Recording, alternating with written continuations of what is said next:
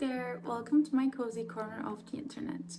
I'm 24 and I've been seriously gaming for 12 years, so quite literally half of my life. And today I want to talk to you about my favorite games that I've carefully accumulated out of I don't know how many hundred games I've played throughout the past 12 years of my life. And I'll try to convince you to play them because if you haven't played these, I think you're seriously missing out. These are all 10 out of 10 games that deeply affected me, and they're carved in my brain, and they might have shaped my personality. More than half of my favorite games consist of cozy games, so I'll be making a separate video for my favorite cozy games. You can subscribe to my channel if you want to see that video as well, which will be on my channel within the next month. Without further ado, let's start.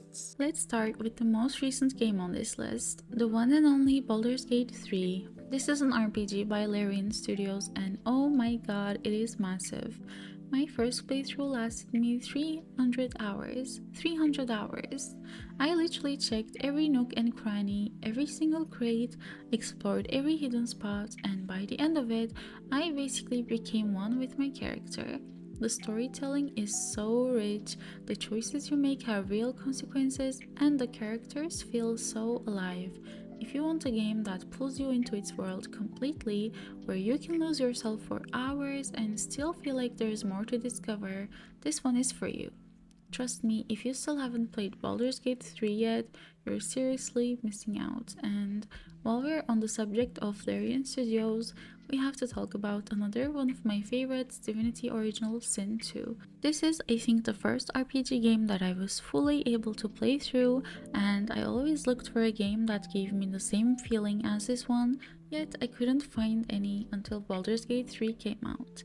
I think this has a really different charm, and while Baldur's Gate 3 is obviously the bigger, shinier game, I love Divinity Original Sin 2 as much. I promise you this list isn't full of RPGs, but somehow we started with those two, so I have to include another RPG that is probably my favorite game ever, which is Disco Elysium. I'm so sad this isn't more popular.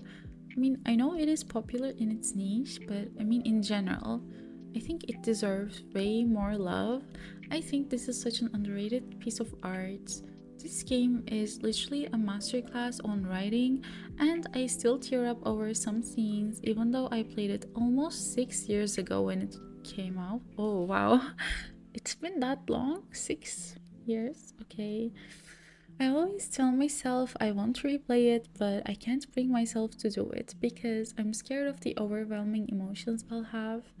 There is no combat in Disco Elysium, it's pure dialogue. You're a detective and basically you can either be a hero or an absolute disaster of a human being, but literally, you can shape your character however you wish. Please, if you like reading and RPGs and still haven't played Disco Elysium for some reason, I beg you to play it and come back here and let's talk about it. Okay, the fact that I only mentioned 3 games and I have been recording for this long is kind of concerning, but we are finally out of the RPG woods and I guess I'll talk about some horror game favorites now. Even though I can't stand horror, these games managed to make me fall in love with them, with either the meaning behind them or their gameplay or their atmosphere. By the way, since I'm a literal chicken, I couldn't play some classic horror games like Silent Hill or Amnesia. I mean, I tried, but I just couldn't. They probably would have been on this list, but I don't know. I'll try again when I feel more brave, but yeah. Anyway, the first horror game is Soma. This game is one of the few games that made me question everything I know in life and my existence, and that's all I'll say. It was such a chilling and thought-provoking experience. It's definitely a game that takes its time with its storytelling, so I can't very easily recommend this to everyone, but if you're a patient gamer and you enjoy storytelling, I of course would recommend Soma. The next horror game I want to talk about, well, actually it's a whole franchise, it's Resident Evil. I didn't play any of the original games, but I adore all of the remakes. Yes, even the third game. Every game they made for this franchise since Biohazard has been a favorite for me, so My 10 out of 10 games from this franchise are Resident Evil 2, 3, 7, 8. I didn't play Resident Evil 4 yet, but I'm 100% sure that would be a favorite as well, so I will definitely play it soon. Also, if I have to rank these games, this is so hard. I think I would go Resident Evil 7, 2, 8, and 3, but this rating might change depending on the day, I think.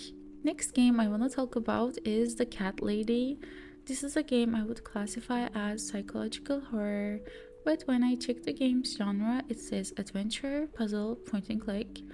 We follow a woman who struggles with heavy depression, and the game deals with this subject perfectly, so it can be very hard to play if you can relate to it.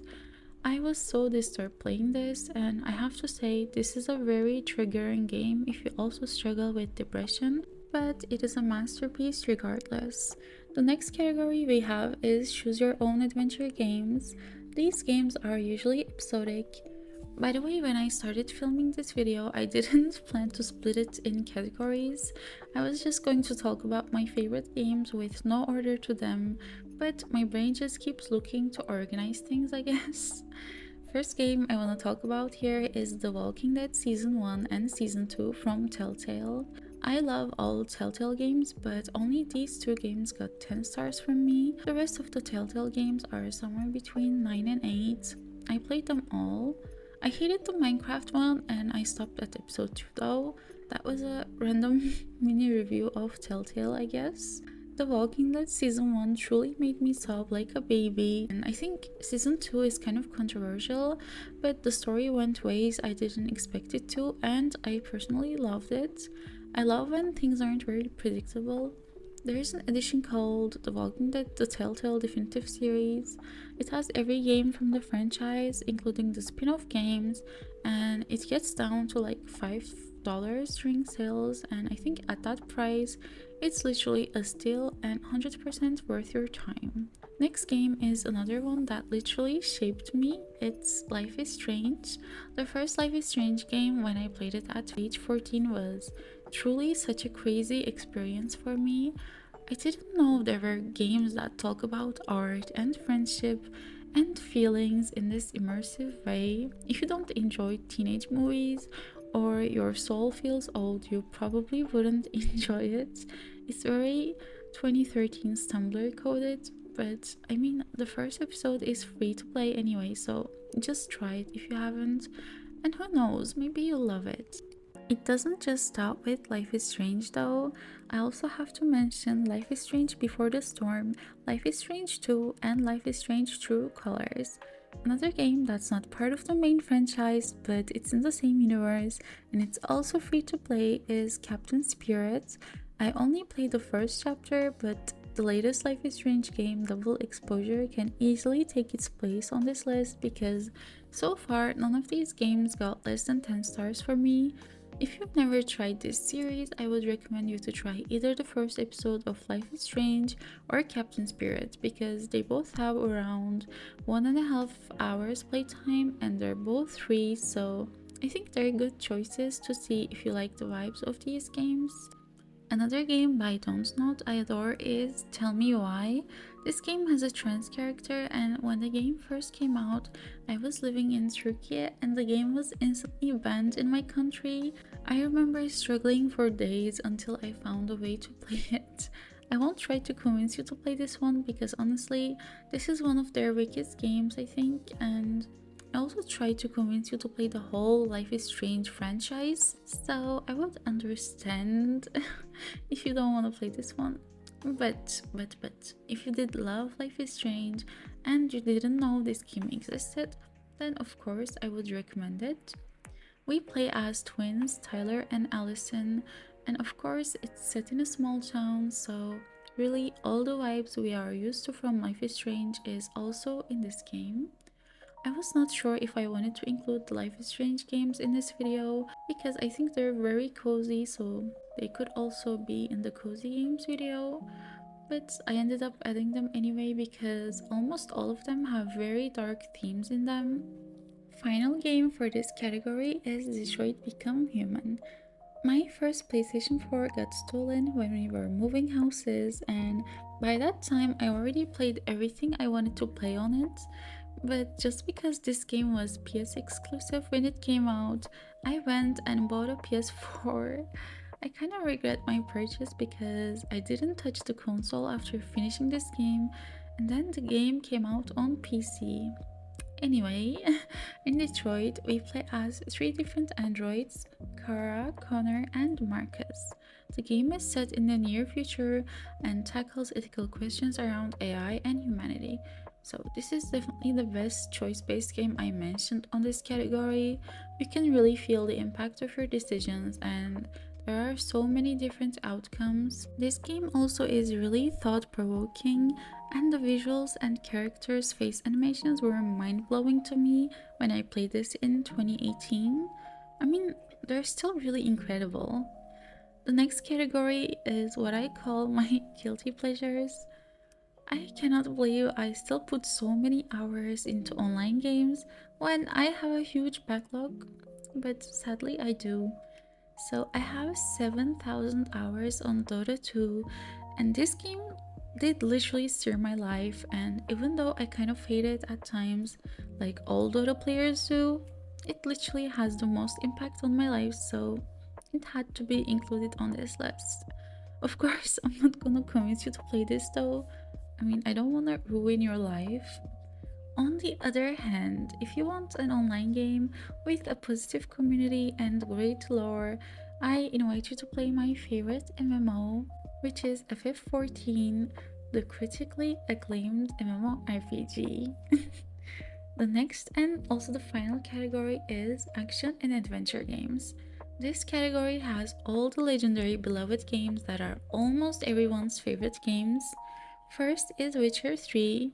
Imagine if every game had the same quality side missions. This game's side quests have literally as good writing, if not better writing, than the main quests. Chances are you've played this and don't need me to convince you, so let's talk about another masterpiece, Red Dead Redemption 2.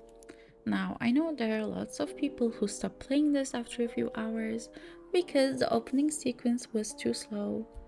Please meditate a bit and calm yourself and learn how to be slow and play this game. I'm not gonna say the pace gets much faster, but this game is worth every minute you'll spend on it, so please just slow down and chill and just go be Arthur Morgan and lose yourself in this world.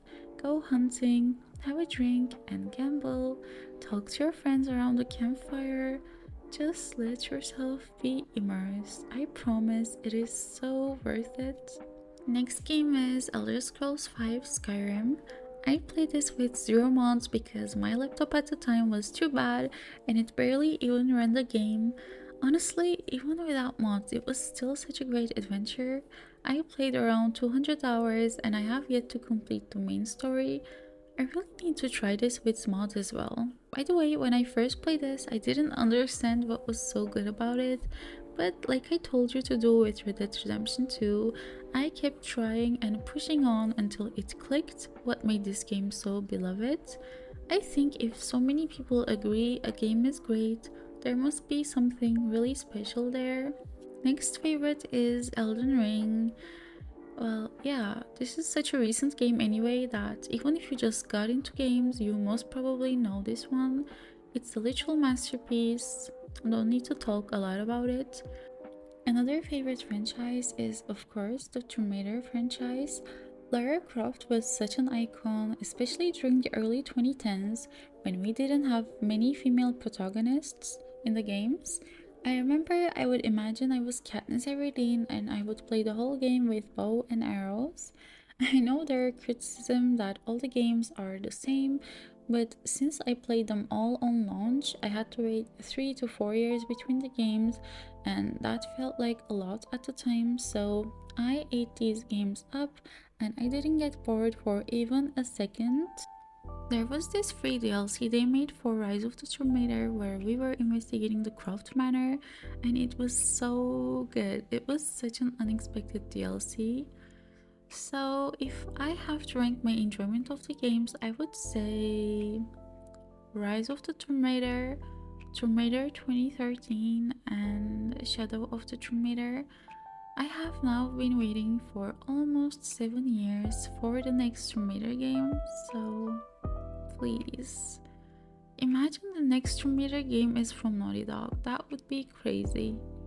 Oh, actually, while we're on the topic of Naughty Dog, the final game I want to talk about today is Uncharted 4. I was 15 when I played this, and I don't know how this game made a 15-year-old girl care so much about a treasure hunter, but it did.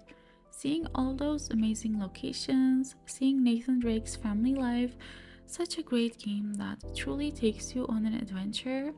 This might be the only game in this list where I don't have a deeper bond with. It's just here because it's just such a good time.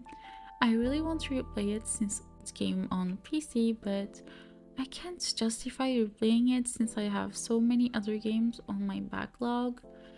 Anyway, here are some honorable mentions that almost made it here. So they are 9 stars.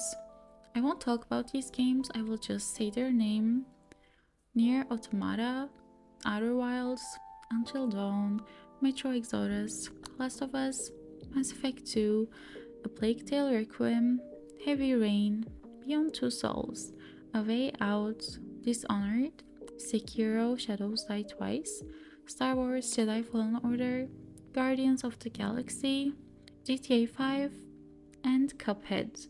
Okay, those were all the non-cozy games that had a big impact on my life, and I probably carry bits from all of those games in my personality. There are still a ton of games I want to convince you to play in the Cozy Favorites specific video that will be coming soon. So if you enjoyed this video and you want to see that one, please consider subscribing. Also, I would be very happy if you let me know your own favorite games in the comments so we can discuss them. That's it for this video, and I'll hopefully see you in the next one. Bye bye!